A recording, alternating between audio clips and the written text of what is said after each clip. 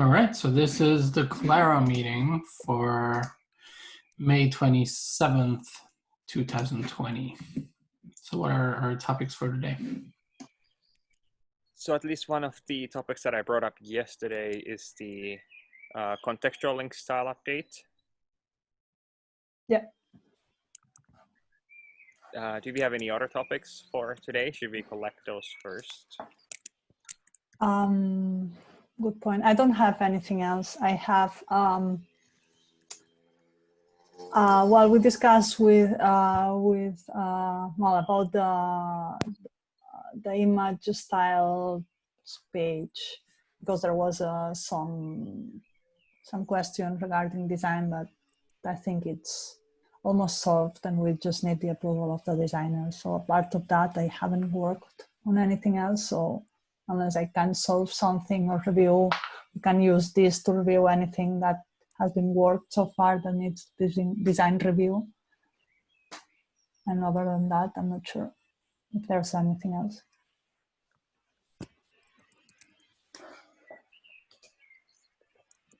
Ben, do you have any topics? If since it doesn't seem like there's a lot of other issues fighting for room, it may be worth just having us take a look at the split button issue where there are screenshots, just to get some initial reactions to how it looks and how it's implemented. And that's something that's still in progress, but gathering that kind of feedback could be valuable. Okay, that sounds great. So should we start with the contextual links or? Let's do that. Yeah. Okay, so basically the question I posted yesterday, well, first of all, the issue is 3023322. And so the question I asked on Slack yesterday was about the different states on the tray. Like once the links tray is open, what are the designs for different states? So I'm going to share my screen to show how it is implemented right now. So right now, so this is the button and how it looks like when it's active. No, I mean focused. So it seems like it turns blue once it's open.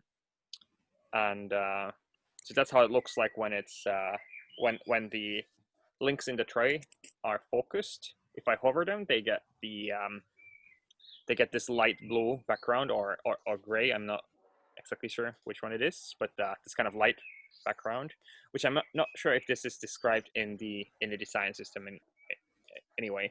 And then once you click it, there's an active state, which is this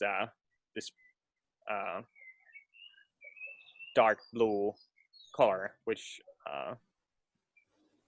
seems like it's a quite visible active effect. So I'm not 100% certain if this is implemented according to the designs that we have here, because of so basically here we have this design which says active action icon. So yeah, I'm not sure if it's talking about the active state of the link or something else. No, it's not. Probably having the active element here, it's confusing. So basically, this isn't part of the icon link, the contextual link. It's actually the drop-down component. So it's another one. So maybe we should just, where are you? So I guess it's slightly different because of, oh, I see. So what are the different there are states two colors. So there are two colors right now to indicate something in the drop-down. One is the element selected, or that you're hovering, or yeah, that's the problem, is that it's not that simple. It's not just because the moment that you move that into more complex elements, you start having other situations. So initially, our idea was, this is the drop-down, this is when you're selecting something. If you just go down with and select Targaryen, then the next one is just this, and it's below. Anyway, the blue one and white text, it's the one that you're selecting at the moment. But what happened here? That sometimes you have something already selected and you want to select something else. So something is the current value that is on the field, and then you're selecting something else. Or maybe sometimes you want to select several things. So on the initial research that we did, the one we needed to that's a default select element. Yeah. But the drop down isn't the default select. It's something with JavaScript that is going to have different states apart from the default select. So that's the thing. If you're hovering something, you should ideally have the dark blue, well, the blue here, not the light one. But we worked on that, I don't know, a lot of months ago, and we never visited this back. And we designed that before even being implemented, so we never got feedback on that design. So it means that we can just change what we have here. So should we make it follow, because it seems like the drop buttons are here as part of this. So should we make it work the way we have the drop buttons working right now? But then we totally lose the blue option everywhere. Yes, we do. And I gotta say, we already have this implemented, okay? But I gotta say the blue one, it's much more obvious what you're selecting. So yeah, that's why we chose the blue one, because it was more clear that it was the thing selected. Obviously we can change it, and I'm not really sure what would be the best option. Probably an accessibility review will be useful here. So I'm not sure if they would have concerns on either of the approaches, because of the hover effect is not necessarily something that they consider as the something that is their main priority. Like their main priority is more on the focus effect. And so I'm wondering, should we use that blue color then also on the focus effect rather than on the active state?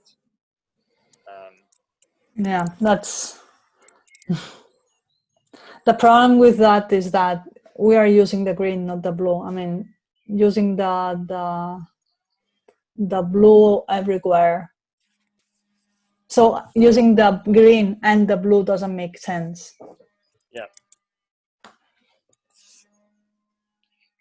So do you have any concerns if we implement this the same way we've implemented the drop buttons, and we open a follow-up to discuss if we should use the dark blue color everywhere?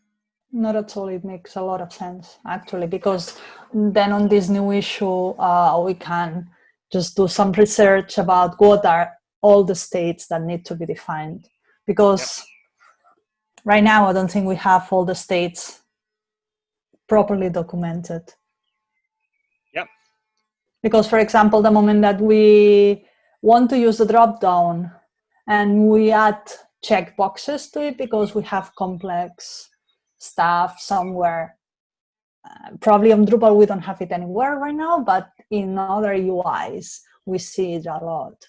Like you open like a drop-down and you have several stuff, and what do we do then with this kind of situation? So I think a little bit of research will be useful here. Okay, so it sounds like that would basically allow us to move forward on this. So Cool. if you're all okay with that, I would be happy with that. Yeah, +1. I'm gonna update the.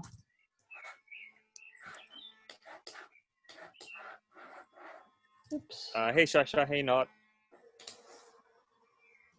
Hey there. Hello.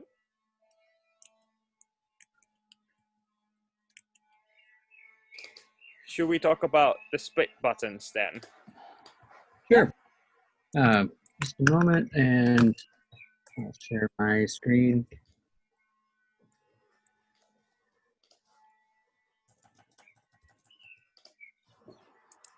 Okay, so my attempt with the split button was to retain as much of the Claro styling as possible, and ideally, and it's currently working in such a way that you can just swap out the type in a render array, and it will work as a split button. And it also accepts types, so you can do primary and sizes, and it will accept both. And then this is a screenshot of all the different variations that you can run into with the split button. And so I wanted to share it and get people's impressions of how it looks, and also pointing out here, this is a variation that was not at all available in Drop Button, where this button is the only active button. So this is a toggle, and then all the menu items are hidden by it, as opposed to the current pattern, which is the first item accompanied by toggle. That's still available, but you now have a toggle only option too. I don't think I followed you. Oh, okay. So a split button or a drop button, apologies, the way that works is it will take the first item in the list and make that the button that's always visible, and then it's accompanied by a toggle.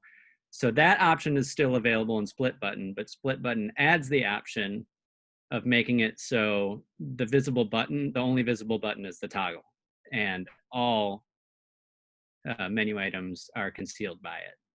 So as opposed to having one item and a toggle, it's just a toggle that's visible.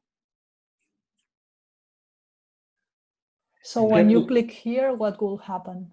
It's basically like a drop down. So it doesn't have an action, like the action is to open it, and the other one has the left part is the actual button, like the main button basically, right? Yes. Yeah. So I think this is the same as what, for example, Bootstrap has in their design system. Yeah, it was, and that it was partially inspired by that too, where it seemed like a common convention in general, and so I wanted to make it available.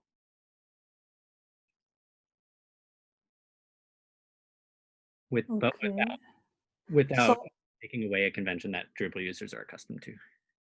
So I haven't seen this pattern. So the moment that you click on here, choose something, does it automatically submit whatever you've chosen, or you still have another button? So if we're in the single button, yeah, the new one, this just hides and shows the menu. Yeah, I think it basically looks like the one which is active, the smaller one on the top right. So it's just like instead of clicking on just the right part of the arrow, you can basically click the whole button, and it will just toggle the like the items you can choose from. Yeah, I'm thinking more why it becomes a button if it's a select or behaves as a select. It's probably a common pattern, and it's just that I haven't seen it, but I don't know. So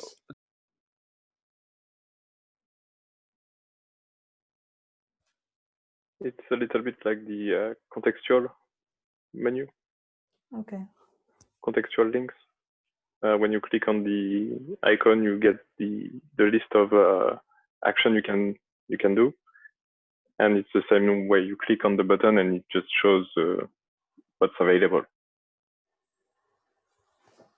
I sent a link to the Bootstrap design system if you want to open that, because it has an like a live demo of that, so we can see how it looks like. Oh, come on. Yeah.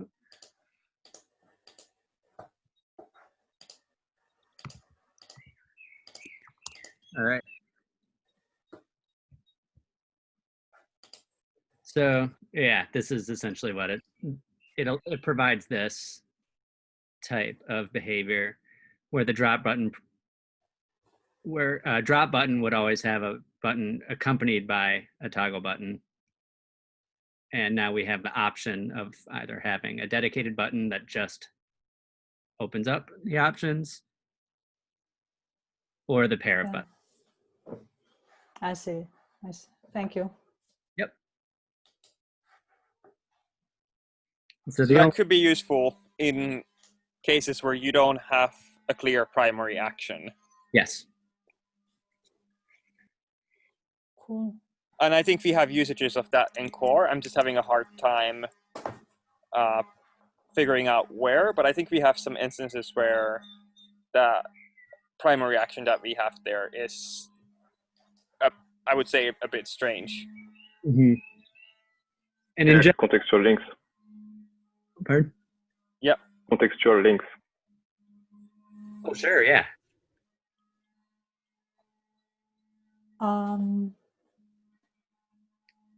Is there any secondary work done? We don't have the secondary button anywhere so far, but well, maybe that can be another issue, because we don't even know where we're going to use it yet. But you know, the ghost one. The outline. Or which one? I think it's the blue outline one. Yeah. Exactly. Yeah, I think we could implement that, but right now we didn't want to implement it because we didn't have any place where it would be used, so it would be kind of hard for people to test it, and it would be something that could break easily if we don't use it anywhere. Yeah, makes sense. Okay, this is really cool. Seeing all of them working on each variation, and actually seeing the first red one. That's cool. Yeah, so this adds the kind of the extra benefit that currently drop buttons don't. I believe that issue is still needs review. So drop buttons don't currently accept style types. And what's nice about this too is that it's just styling the buttons that are already present. Cool. That's really nice. Great, see it. Just wanted to show what was going on there.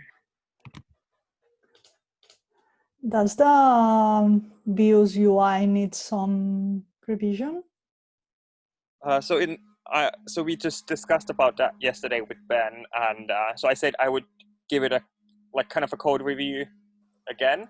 But if you want, it could definitely use like a manual testing and kind of just review on just getting kind of a sign off on the design and how things work on the UI.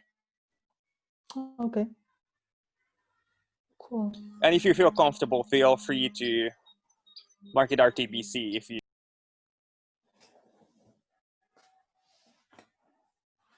you can do like a brief code review and so on. Okay. I think it's mainly CSS. I don't think it has any backend changes. So there is a little bit.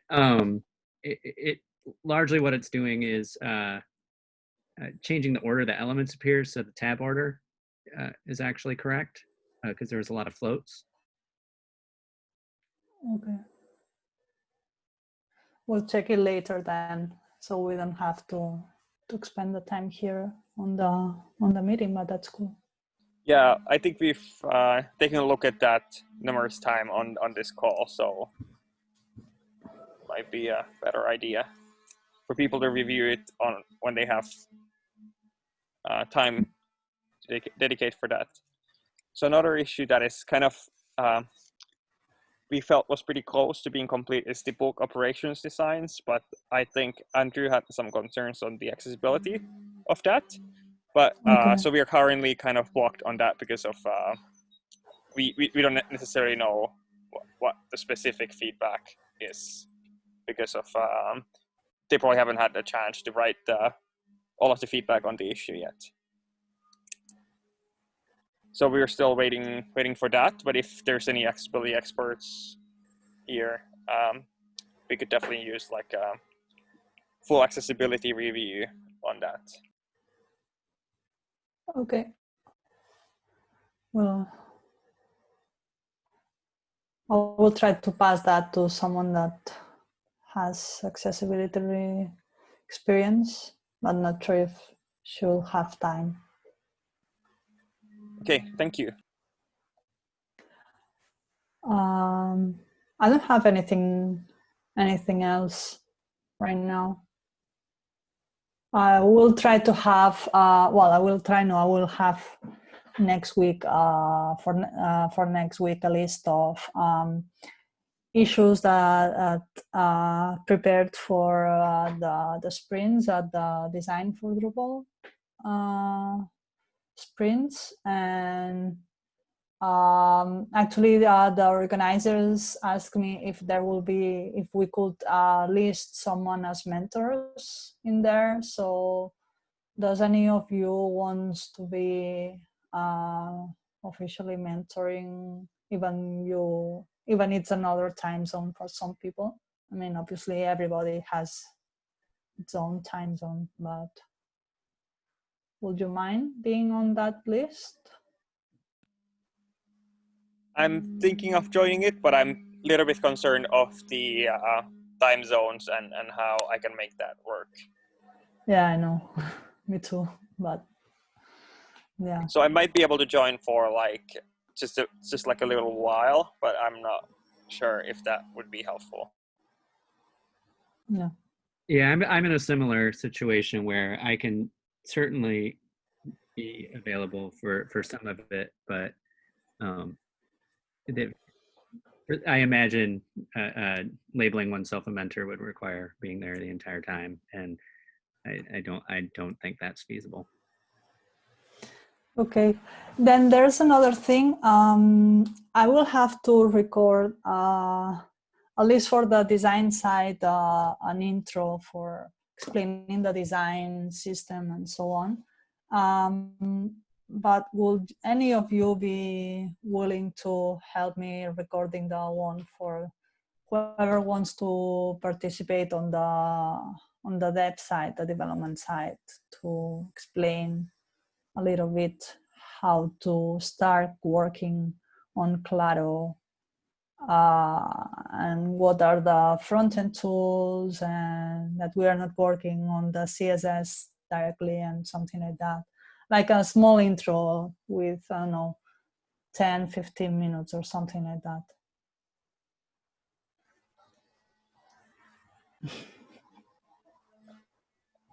Okay, anyway. I'm happy to help with that. Thank you. Yeah, I will. If you need help on the design side, then you can ping me. Thank you. I will write an index of the stuff that needs to be explained, and I will let you know if that makes sense before just jumping into a call or something, and then just kind of having a call showing how to do that, recording the screen, and then I will just edit the videos, and that's all. I mean, I'm not expecting to do anything super complex. And also, yeah, I will ask them if they want to upload that on their YouTube channels, but otherwise, Gabor, do you have access to the UX YouTube channel? Is there a specific UX YouTube channel? There is one, which hasn't had any activity in the last years, but maybe it's Roy that has access to that. Yeah, I think that would be more likely Roy. Yeah. Okay. Cool. Then thank you, Lauri and Sasha. We'll ping you later. Well, later this week.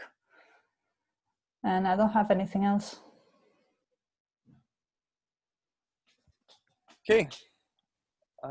Just maybe a question. I've been out of the loop for a while, so Claro is in experimental now. So how close we are to stable? So we have a roadmap for that. Let me link that on the chat. Okay. So it's not going to happen on the 9.0 release for sure. But we are trying to get it stable by 9.1. But there's still a lot of issues, and we do need help on tackling those. And so if you so there's like a section for the stable criteria, and so there's a bunch of issues in there that we still have to work on. Okay, thanks. And so if you're looking for issues that to help on, I think the issues on that list, we try to keep it up to date, but we haven't done like a session where we would have scoped issues to the stable issues probably in like a few months. So there's some issues that could be potential stable blockers in the bottom of the list in the not scoped section.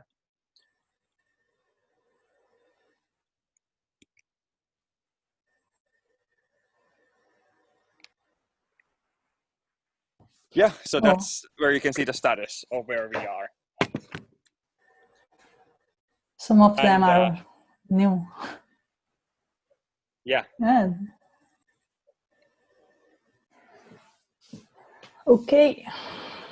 So yeah, I guess that's all for today, and we have another call next week. And so the design for Drupal is that the week after. Yeah, it's the 10th.